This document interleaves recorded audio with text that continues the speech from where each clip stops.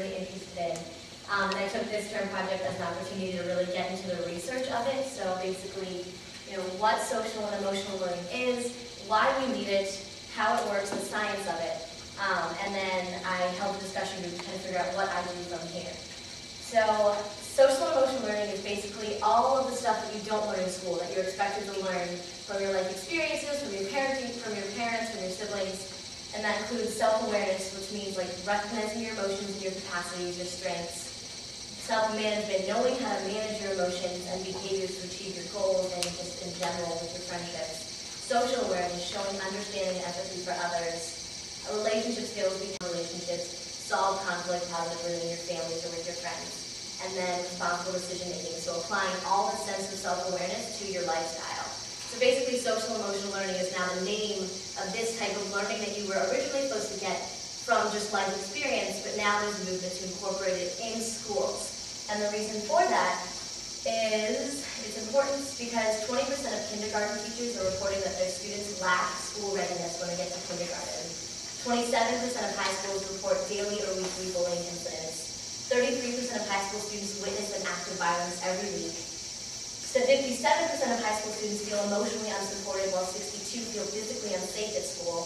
50% of children in America are being raised by divorced parents. And 17% of high school students contemplate suicide on a weekly basis. Fortunately, social emotional learning, when it's incorporated in school, directly addresses all of these major issues in your personal life.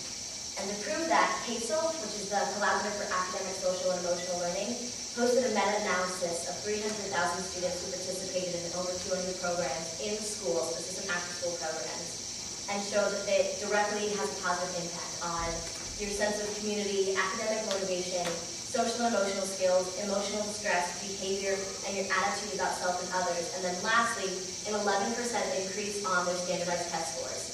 So basically, like even though the number on behavior is a 9% improvement, this is all in the positive. So when schools incorporate this kind of curriculum or action in their school, all of the schools are getting some sense of improvement in how the students feel, how the energy is, how the academics are going.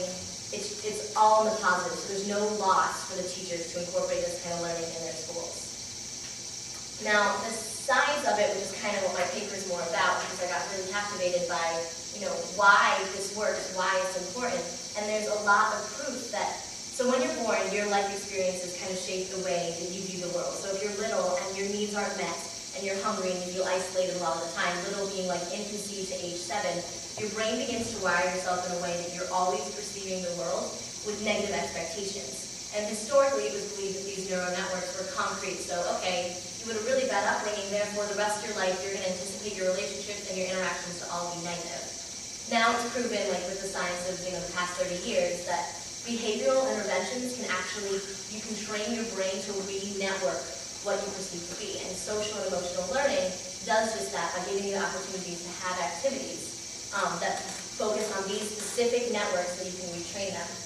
And specifically, I won't get too into it, but for emotional behavior, there's a prefrontal cortex and the amygdala. Prefrontal cortex deals with your social control, your emotional regulation, all positive emotions, and how you interpret, analyze, and respond to them. Whereas the amygdala is more that instinctual part of your brain that if you have a negative emotion, you're bound to react, you're bound to impulsively just respond without thinking about it. So when you're little, if you have the majority of your experiences based on the amygdala, your network to just respond so impulsively that you don't think about what you're doing, hence kids punch kids when they tap them. Like, it's just a belief that everything's going to be hostile. Whereas with social emotional learning, you can train yourself to activate the prefrontal cortex, and the relationship between these two parts of the brain are strengthened, so you can counteract whatever experiences that you have when you're little and train yourself to be like, okay, breathe, analyze, interpret, and respond. And literally that's what SEL does by giving kids the opportunity to analyze and go into conflict. And as you know, having control of your emotions has a positive effect on your physiological well-being, meaning if you're stressed and you know how to take care of that anxiety, you are healthier, heart disease, it suppresses your immune system, that's common knowledge. And also it has a direct influence on your working memory. If you're anxious, your brain is meant to just focus on that anxiety and help you solve it. But if you can control that anxiety and kind of put it in the back of your mind, then you have better capacity to retain information and pay attention in school. And this is all scientific based. So social emotional learning is proven to work. Okay, so this slide is meant to overwhelm you as it did me when I had a discussion group last week with 11 grad students and a professor from the Department of Transportation, and the grad student Shannon Payne, thank goodness, and it was 5 teachers who are about to, or 5 teachers in the Master's School of Education, a woman from the Child Department, 2 people from Fletcher School, and then another person, your friend. But anyways, all these grad students came to kind of just discuss, and then Leah came as well, a friend of mine, to just discuss social and emotional learning and what it means. So we discussed, this is where the conversation went, and it's as overwhelming in that moment as it is on this slide. But basically, what we got was like, what do we teach? And the teachers, which was eye-opening to me, was they're not supposed to teach the values. They're not telling kids, like one woman's examples where she was like, okay, well in the classroom that I went to, the teacher would stand up there and be like, respect! And that was her way of instilling respect in the classroom by yelling it and saying, this room is about respect, but she didn't demonstrate it. So all the teachers and everyone in the room was kind of deciding, what values do we teach, or do we teach them the way to create their own values and critically respond to their surroundings. So it just went all over the place. What about time and ability? What about the education system? If we have to meet the requirements of No Child Left Behind, I have no time to focus on this kid who's bullying this other kid. They need to get the math problem right. And that's what SEL focuses on, is giving teachers a way to approach their classroom and their students, not by saying, okay guys, we're going to take away the math lesson and focus on conflict resolution today, but moreover, how they deal and interact with the students on a daily basis, to replicate social learning theory. If you learn by direct experience and what's modeled for you. So if teachers take this approach, then they can just instill these values and these abilities in the students just by being, not necessarily by having a set curriculum of social and emotional learning skills.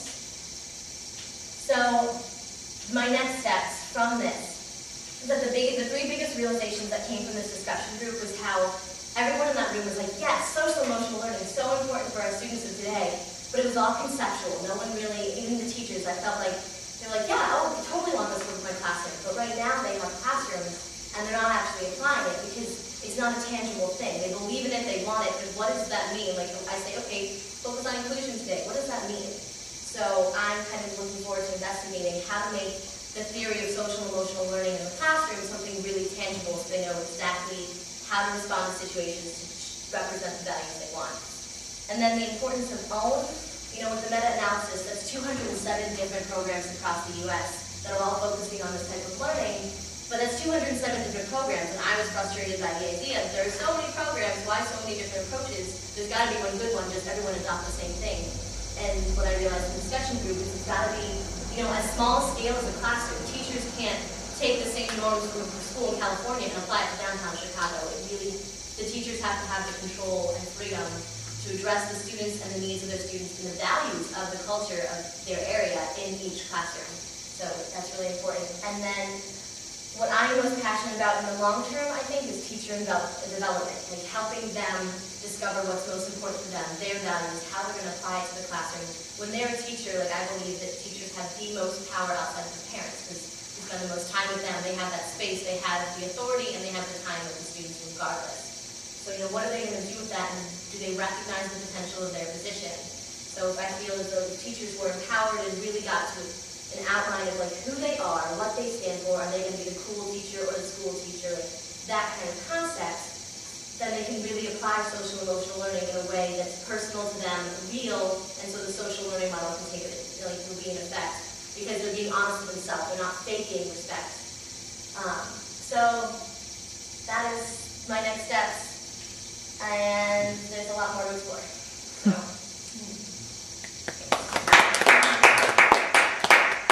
In terms of feedback, I would honestly love any and all constructive feedback in terms of speed. And I caught myself saying which is something I'm really working on. But hey team, we're a leadership class and I really want to grow, so this is something I'm super passionate about. So I would love any honest constructive feedback. Any questions?